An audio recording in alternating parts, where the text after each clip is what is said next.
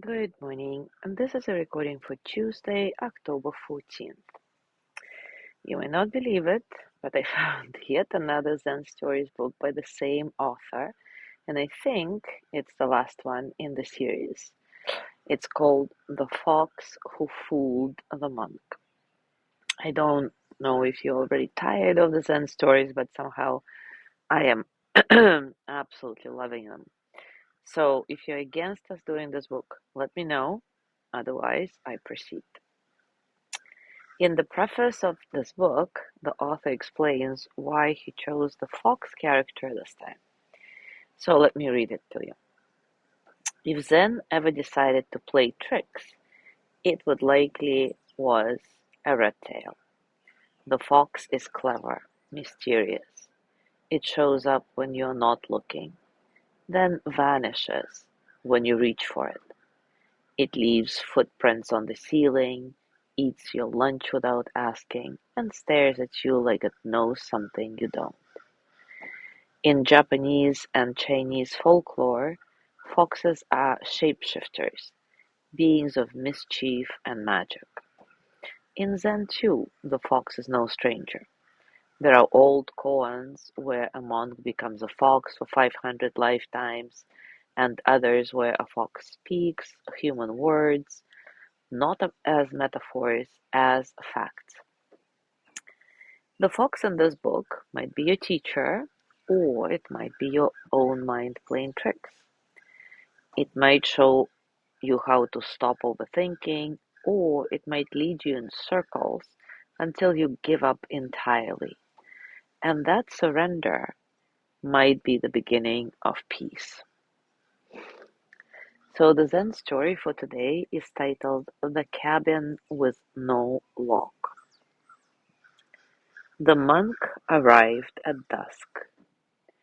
He stood at the edge of the clearing, breath curling into the cool air, robes brushing the wild grasses at his feet.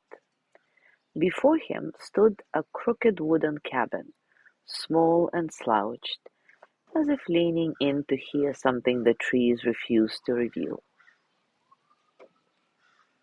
It was humbler than he'd imagined. The roof sagged under a patchwork of moss. The window shutters hung crooked on tired hinges, and the door, strangely, hung ajar, open just wide enough to suggest it had never fully closed. He had come seeking silence, fleeing the endless debates of the temple that had left his heart worn thin. He thought the forest would be empty, but as he took a step toward the cabin, a faint rustle stirred the grasses behind him, too brief to be wind, too deliberate to be chance. He paused, listening. The sound did not return. Drawing closer, he reached for where a latch or lock should have been. His hand hovered at the edge of the weathered frame. There was nothing, no hook, no bar, no barrier between him and whatever might already live inside. He lingered, the elder's words rising like breath. The woods are not empty just because they're quiet. He glanced once toward the darkening trees, half expecting to catch a glint of eyes watching from the undergrowth. But there was only the deepening blue of twilight. With a steadying breath, he pressed his palm to the door. It gave way easily. Inside, a thin mat, a low table, and a faint damp of cedar. The room felt untouched, yet not entirely abandoned. And on the table, small enough to miss if he hadn't already been looking for something, anything, a single red whisker lay in the last light of day.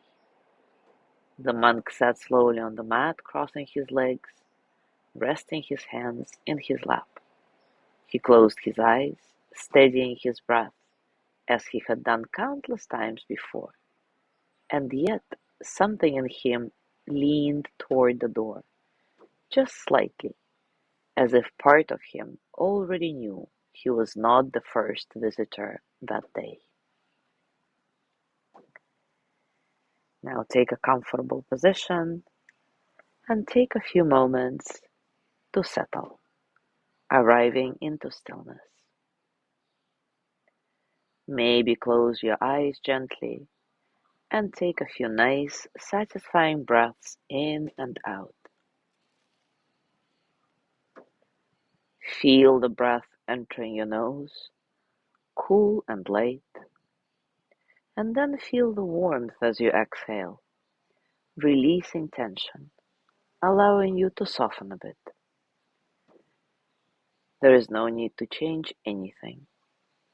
Just observe and notice the space around you, the quiet spaces between sounds.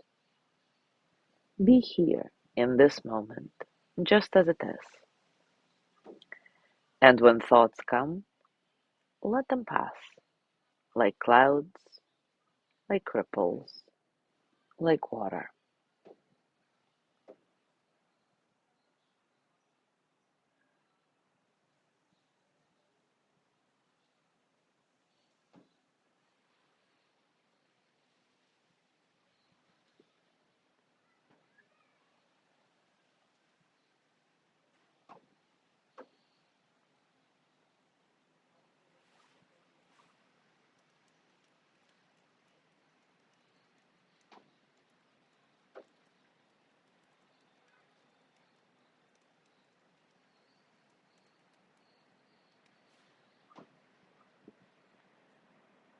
And now take a moment to reflect.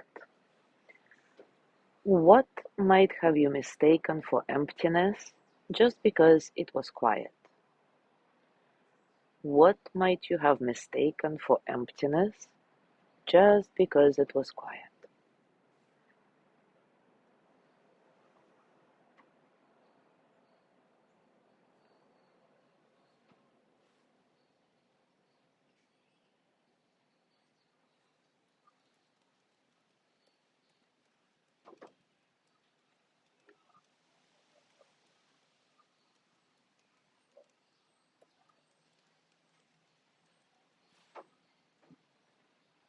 Now bring your hands to your heart, and as always, send the energy of loving kindness to yourself. May I be filled with loving kindness. May I be well in body and mind. May I feel cared for, protected, at ease. May I remember that I have enough, I do enough, and I am enough.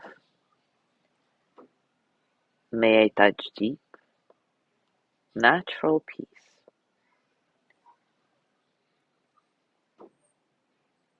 As you gently let go of the practice, scan your body and notice what's going on for you right now, physically, emotionally, mentally. How are you, really? And as you go through your day today, I invite you to continue with this reflection. What might have you mistaken for emptiness just because it was quiet? As always, enjoy your discoveries. Thank you so much for being here today. Have a beautiful day. Tomorrow is Wednesday with Lorna's breathing practice, and I will see you on Thursday.